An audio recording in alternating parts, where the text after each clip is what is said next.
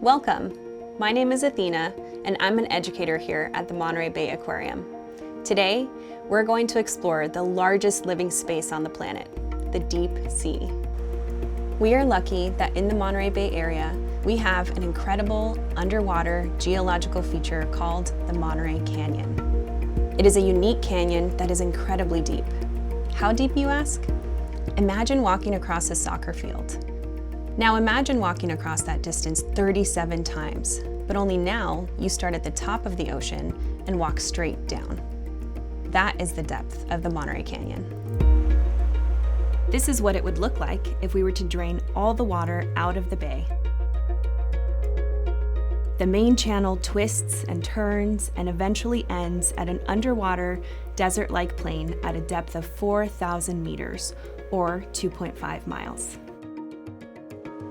It is the largest submarine canyon on the Pacific coast and the perfect place for deep-sea exploration. To explore the canyon, our partners at MBARI use research vessels to carry and launch tethered, remotely operated vehicles, or ROVs. The ROVs, which are roughly the size of a car, are launched into the deep sea and controlled by people on board the ship.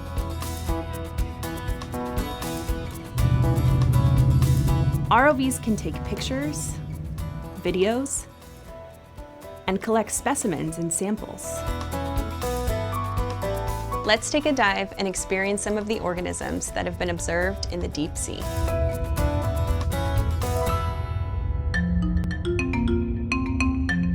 The deep sea begins at 200 meters or 660 feet below the ocean surface.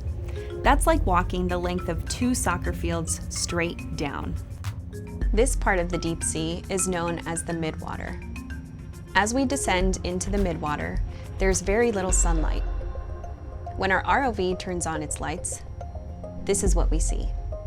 Lots of small white particles slowly sinking. These particles are known as marine snow.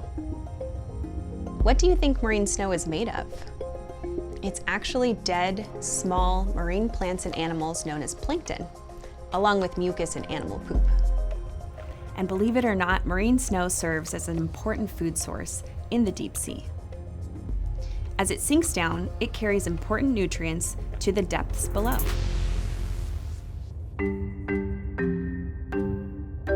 One of the many animals that lives in the midwater and feeds on marine snow is this giant larvation. Well, it's a giant compared to other larvations. This animal is about 10 centimeters or 4 inches long. The giant larvation looks similar to a tadpole, with an oval-shaped body and a tail behind it that's constantly flapping and pushing through the water. It builds a bubble-like mucus house that it uses to catch and filter marine snow.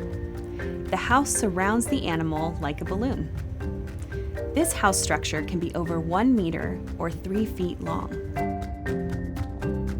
When it gets clogged, the larvation will swim out, leaving its mucus home behind. Another organism with unique feeding adaptations is this vampire squid, who also feeds on marine snow by extending long filaments like a fishing line to catch their prey and reel it in. Salps also have feeding behavior that helps them survive in the midwater. Salps are small, gelatinous, barrel-shaped animals that pump water through their body, filtering out food particles like a strainer.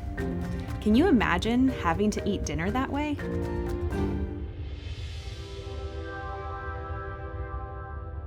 As we continue our downward journey, the last remaining light disappears and food becomes scarce. For deep-sea organisms, the darkness is where they thrive. They have specialized behaviors that help them take advantage of the darkness.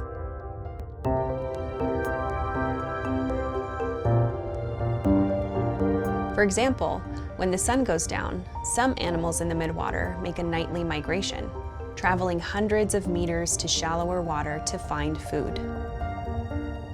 As daylight approaches, they make the trip back down into the darkness to avoid being seen and devoured by larger predators. One example of these vertical migrators is krill. These tiny crustaceans need to find food and avoid predators like fish along the way. But fish are not the only predators. Siphonophores are long predators. This one reminds me of a hot dog on a stick. But actually, it is a colony of animals all working together as one structure. This colony migrates at night, following the krill to shallower waters.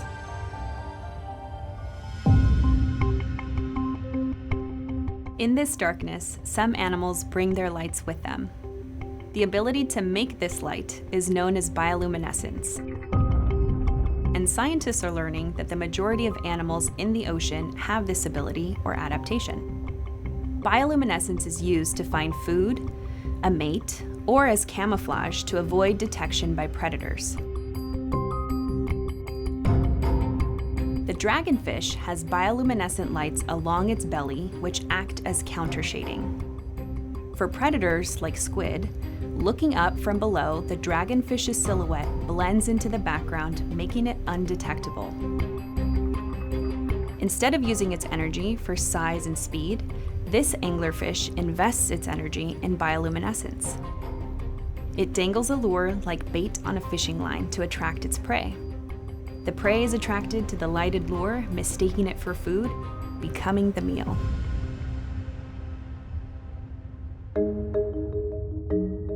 Below the midwater, we approach the seafloor. This is a unique part of the deep sea where many more interesting organisms can be found.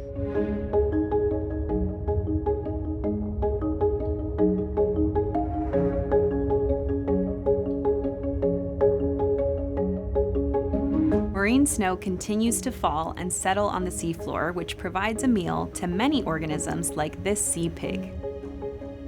This animal is a sea cucumber that tiptoes along the seafloor using the tentacles around its mouth to probe through the mud looking for a snack. Remember those mucus houses the giant larvation was making? When they are discarded, they drift down to the seafloor and become a meal for animals like this crab.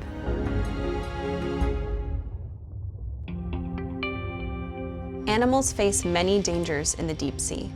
Besides predators, animals are also facing an increasingly polluted ocean. Scientists have discovered that our trash, specifically plastic, is traveling from land into the ocean and even into the deep sea. There are so many types of plastic, like bright, colorful plastic we often see as food wrappers or even balloons. There are big pieces that float around as debris. The longer plastic is in the ocean, the more it breaks down into microplastic, which is anything less than 5 millimeters long.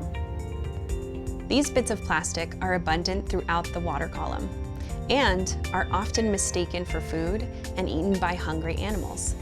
These animals are eaten by another animal, and then we eat some of these animals, resulting in plastic in the food chain, impacting all of us. The deep sea may seem far away. Still, our actions on land are having an impact. Most plastic in the ocean comes from things we buy, like single-use bottles and containers. Together, let's work towards a plastic-free ocean by choosing reusable alternatives. If you want to learn more about the deep sea and what you can do to protect our ocean, check out our website at montereybayaquarium.org or visit our newest exhibit, Into the Deep, Exploring Our Undiscovered Ocean, opening in spring 2022.